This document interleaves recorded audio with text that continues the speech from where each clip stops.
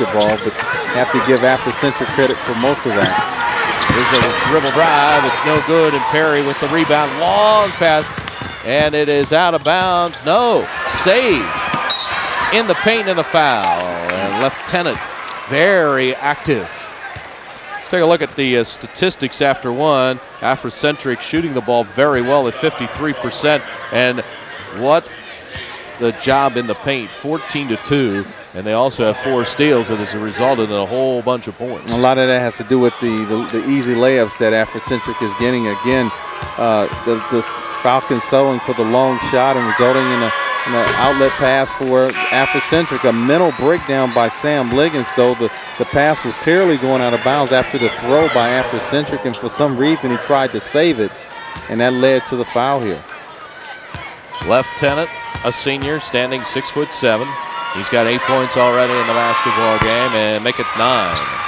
He has missed 3 free throws, so he could be up over 10 and into double digits.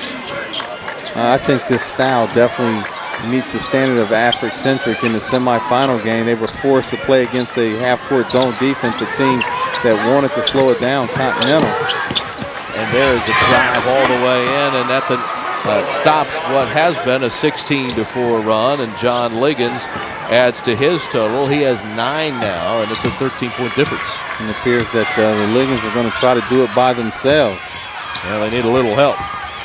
Bowers out on top, and that's Hamler. And see, now the Falcons have gone to a zone defense. Africentric has been very good throughout the tournament in adapting, as you were saying. Against Continental, he stepped out of bounds. He lost the shoelace on the line, I think. But as you were saying, Continental had a snail's pace in this basket in the game of the semifinals, and here you go. Now it's more of an up-tempo game, and Africentric has adapted. 2-on-1. And it was John Liggins taking it all the way and drawing the foul, and he'll go to the free throw line. Let's go courtside now to Stephanie Menike, and she's standing in the Africentric sideline. Thanks, guys. I'm here with the Africentric principal, Kamal Ansari. Now, you are the school of the Nubians. Tell us what that is. Yes, the Nubians were once proud warriors, and they were the original inhabitants of what is called Egypt and Sudan presently. So in other words, ancient Nubia was Nubia before Sudan and Egypt. So proud warriors, how do you translate that into high school terms when you're talking about students and players? Sure, the word Nub means gold, so we have a golden opportunity to win the state. Not only that, but we provide golden opportunities of learning for the students. We're college prep school, and we're ready to go. Thank you so much, and they surely do have a golden opportunity right now, the golden opportunity being the state title. Guys, back to you. Go Nubians. Now we know. Yeah. I mean, and this is a school that was in the old Mohawk High School. If you know Columbus, it's in North German Village. And Principal Ansari talks about they're getting a lot of attention because of their success on the athletic field, but he wants folks to understand that excellence is the first priority there in academics. So you come to the school for that first, athletic second. And this is Division 4, and Luther and East, who just shot, they had 40 boys in their school. Africentric, 49 boys. That's amazing. You think I must have graduated with 200 plus. You probably graduated with 500 at McKinley. It's hard for me to imagine in the top 3 grades. You'd know everybody, wouldn't you? And, you know, and talking to the kids, and that's one of the things they love about Africentric is because there's not more than 30 kids in a classroom, so they have a better chance to excel in the classroom. Great steal and a good knockdown there by the Falcons as it's now their basketball. And ooh, what a shot by Pierre Peterson. He got the 2 free throws a moment ago. I'm taking it back. That is Liggins. I brought John Liggins. And Liggins with 12 now. It's his first 3. Shot is no good, and here come the Falcons again. John Liggins on the break and adjusting in midair, and he's on fire. Give him 14. Here they come. Here they come. They get out on the break very, very quickly. Transition basketball. That's what we're seeing this afternoon, and they're only down by 7. And they score in bunches. And when I say they, I mean both of the Liggins. In the paint, Sewell Mill. Hamler rebound, and he is blocked, but the foul's going to be called, and that is on Brandon Butler, his first. Peterson comes in averaging almost 2 assists a game and 3 steals, and just elevating there to get that rebound, listed at 5'11". Another important call off that bench for Coach Mike Thornton. So at the free throw line, Afrocentric with their opportunities, and that one went down pretty quickly. Pierre Peterson.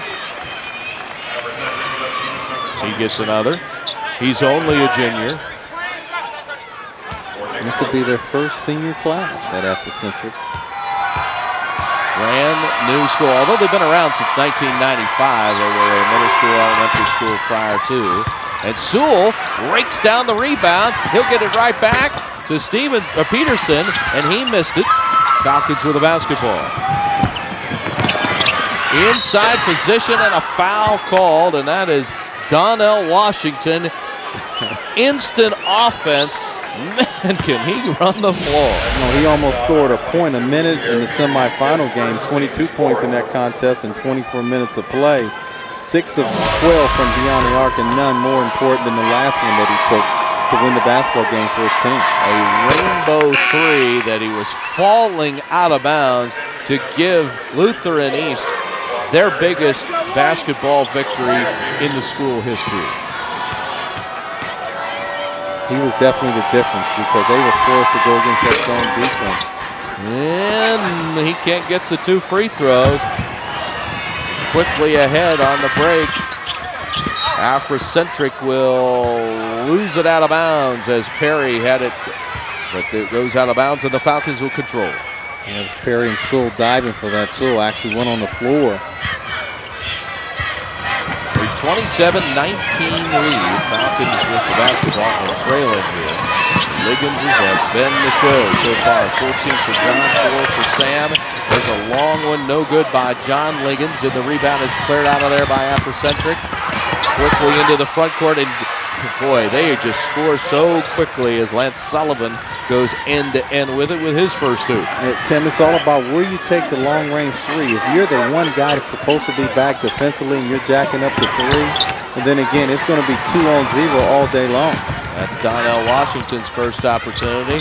There's Sewell in the paint, lost it, and it's cleared out of there by McQueen. And here's Liggins again. He'll take it straight in this time, and John Liggins with 16. Another steal. Donnell Washington, 1-on-2, and he's called for charging. Ooh, that doesn't make the Cleveland Heights fans very happy at all. His first personal foul. One of the toughest calls to make in a game of basketball, and of course, when we watch it on replay, it's easy for us to say whether it's a charge or a block, but the official has a split second to make the decision. George Hayden will come back in the basketball game, and when we return, Afrocentric will have the ball and in their possession, leading here with 3:19 to play in the first half. This Ohio High School Athletic Association basketball championship game is brought to you by the Ohio Army National Guard, sponsor of the Student Athlete of the Week, 1-800-GO-GUARD. By King Capital, your one-stop shop for mortgages and realtors. By Columbus State Community College, education that works. Check us out at cscc.edu or call 614-287-5353. And by Advance Auto Parts. For the best parts, people, and price, we're ready in advance. It is a family affair. Sam and John have scored 21 and all of Lutheran East points here as they play defense man-to-man against Afrocentric, who's leading by 8.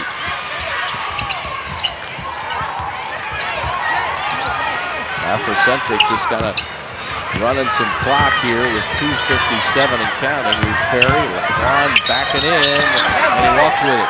A little stutter step, like a bunny hop. I guess the Easter's coming up, and he decided, let me show my skills. Just at the last moment, the Falcons defensive player backed away. Perry was anticipating more contact, and that would cause the turnover. 3 possessions in their last three turnovers in the last 3 possessions by Afrocentric. No good. A whistle and a clear out. And And that'll go against Africentric. The whistle is against the Nubians. Brandon Bowers with his second personal foul. 15th foul now on Africentric secondary. And you talk about the fact that the Liggins have scored all the points in the semifinal game between the Liggins and Washington. They scored 68 of the team's 86, so it was pretty much a three-man show in that game. And there was 40 minutes played because that went into double overtime. This Falcon team has played a lot of basketball. We talked to Roger McClinton before the game, and he said, yep, they've been here since Wednesday, practicing and getting better. And getting accustomed to being in Columbus. This is a big floor, too. 94 feet you got to run in this thing. And it takes a little getting used to because you play on these high school floors. It's a little different story when you come to Value City Arena. Long three by John Liggins. John Liggins, no good. Washington will drain his first three of the ball game. He's a difference in the ball game. 3-pointers. Every coach would love to have one guy on their team that can come in and make 3-point shots. He had 6 of them in the semifinal game. He was 50% from downtown, 3 in the overtimes, and of course the game winner. Hamlin will try to answer. It's off the front end, no good, but the rebound is out to Africentric on the floor. Sewell has it, somehow got it across the paint and score it for Travante Lieutenant. Yeah, great hustle by Sewell, diving on the floor again, and that's the Tri-Player of the Year. They're doing that, and as a result of that hustle, they got 2 points out of that. Lieutenant has 11 first half points, and we're coming down to the minute mark. It seems that the Falcons have settled down a little bit more here with their offense. And a block, and it's on Sewell. So Sewell picks up his first personal, and I've got him for 16 fouls. That is correct. So they'll get it out of bounds, sideline left, right down along media row here. And a lot of radio stations, of course, we're bringing it to you today as well. High school basketball is in great shape in the state of Ohio. A lot of talent. When you talk about the respect of the state of Ohio, some of the top players in the country are playing basketball in Ohio. Lieutenant picks up the personal. That is his second, 17th foul, so it's 1-1. This is Sam Liggins, and he will get one more. 5 in the first half. If you compare the two players of the year in the state of Ohio, Sewell for Africentric has 8 first half points, and Liggins now with 5 first half points. Now he's just getting started. Yeah, well, we found that out in the division semifinals last night with Johnny Wolf. He got going in the second half. And most of these teams seem to be second half teams. 6 now for Liggins. It's a 5-point game. This is the closest that Luther and East has been in a while. Here's the dribble drive, lots of penetration, but a travel called on Brandon Bowers. So Luther and East with 46.6 seconds left here in the first half had a chance to shave a couple of more points off. Yeah, Sam Liggins tightened up the straps a little bit defensively, forcing that turnover on Sullivan. 15-5 run by East, but they turn it over. They had scored 15 of the last 20 points of this game, and this turnover will give the ball back to Africentric, and probably they'll get another chance. Well, I thought maybe last shot, but I don't know. You're probably right. Man-to-man for the Falcons. Hamler in the lane, and he got bumped. Now you put pressure on the opposing team with the dribble penetration, and Sullivan just going to his left and just getting by his man. So Lance Sullivan will step to the free throw line for 1-1.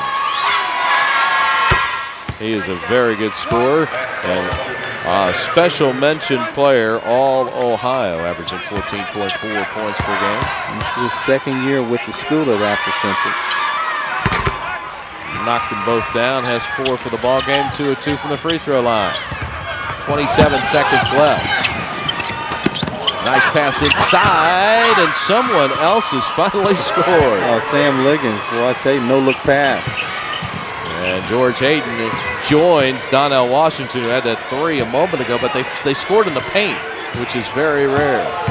Just 8 seconds left. Perry going one-on-one. He'll take it all the way. Got shoved, and he'll go to the free throw line with 4. 5.4 seconds to play here in this first half. I think it was a common foul. Again, this is the advantage that I talked about with Perry. Playing the 3 or 4 spot on the offensive end, he will get the big guy to come out and try to defend him. And again, he has that ability to go left or right and attack that glass and draw in contact like that. Perry has 6 first half points. Give the foul, by the way, to Larry Overton. That is his 3rd personal, so you see him sitting on the bench with 4.4 seconds to go. And Perry with a wealth of state championship experience, being a part of the Brookhaven's 2 Final Four appearances. And a foul called off the steal with 0.9 seconds left. John Liggins picks up a personal foul. And this is unfortunate for Luther and East because stepping back to the free throw line is Lance Sullivan. Well, he panicked because with less than a second to go, just hold on to it. You don't want to score with the clock stopped, and they were over the limit, so Sullivan will get another chance on the double bonus. Well, if you're the Falcons, you got to feel somewhat good here. As poorly as you played here in the first half, you could go down just 7 points. Sullivan makes 1 out of 2. And now with 0.9 seconds to play, we get a change in the lineup for the Falcons as John Liggins checks out. Can't afford to keep him in the ballgame. And they throw it away again. Perry at the buzzer, and it's no good. And so we have reached the end of the first half of basketball with Afrocentric leading Luther and East out of Cleveland Heights 35-28. And let's go to Stephanie Menike. Thanks, guys. Coach, you have a slight lead going in at the half. What have you seen on the court that you like so far? So far, I think we're getting up and down the floor. You know, that's our style of play. We're sharing the basketball tremendously well. Other than that, though, we have to finish plays. I mean, we're getting into positions where we can make layups, but we've blown some, we've dropped some passes. So that's one thing I do want to improve on. But up and down the floor is our style, and that's what we're doing. We're kind of keeping the Liggins brothers in front of us, and that was our defensive plan. So those 2 things are very positive for us right now. Okay, thanks, Coach, and good luck. Well, there you have it. That's the Nubian plan of attack. Guys, back to you. All right, thank you very much, Stephanie. And yes, it has been a game in which they have pounded it in the paint, and that has been the difference of this basketball game. So we're going to step aside. We're at the half as Afrocentric leads by 7. And welcome back to the Division IV State Championship game. We are at halftime. Afrocentric on top of Lutheran East, 35-28. Hi again, everybody. I'm Dan Franzak, joined by one of the assistant commissioners of the OHSA, Henry Zaborniak, in charge of officiating and really overseeing the officiating. Where we're watching the players in the games, you guys are watching the officials. We try to keep a close eye on what's going on out there, provide some feedback to the officials after the game, and use some of their performances as we develop training tools for the years to come. And as technology grows, I'm sure you guys are guiding them even more closely, or at least keeping an eye on them even more closely, and you have more opportunities to do so. Yes, we do. We like to use videotape DVDs to highlight plays that were done correctly, maybe not called correctly, correct positioning, and so on. And this is a great opportunity, a great forum here at the state championship games. We've seen some great, it should be even a couple more great. One second half should be fantastic here. I think so. All right, buddy, good to see you as always. All right, that's going to do it for the Ohio Army National Guard halftime report. We'll be back with the second half of the Division IV state championship game. Afrocentric on top of Lutheran East.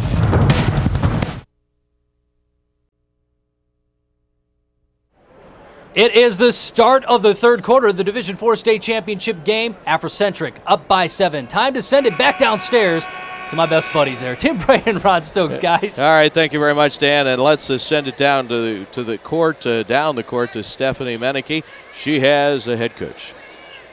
Okay. Thanks, guys. Coach, slight lead going into the half. What are you going to do to get your team on the forefront?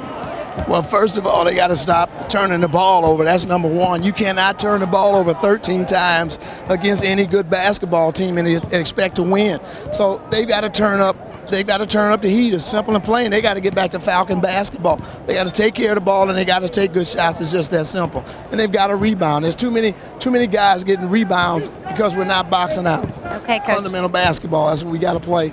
There you have it. Thank you very much and good luck to you. There's the words of the Falcon coach on how to get back in this game and hopefully take over.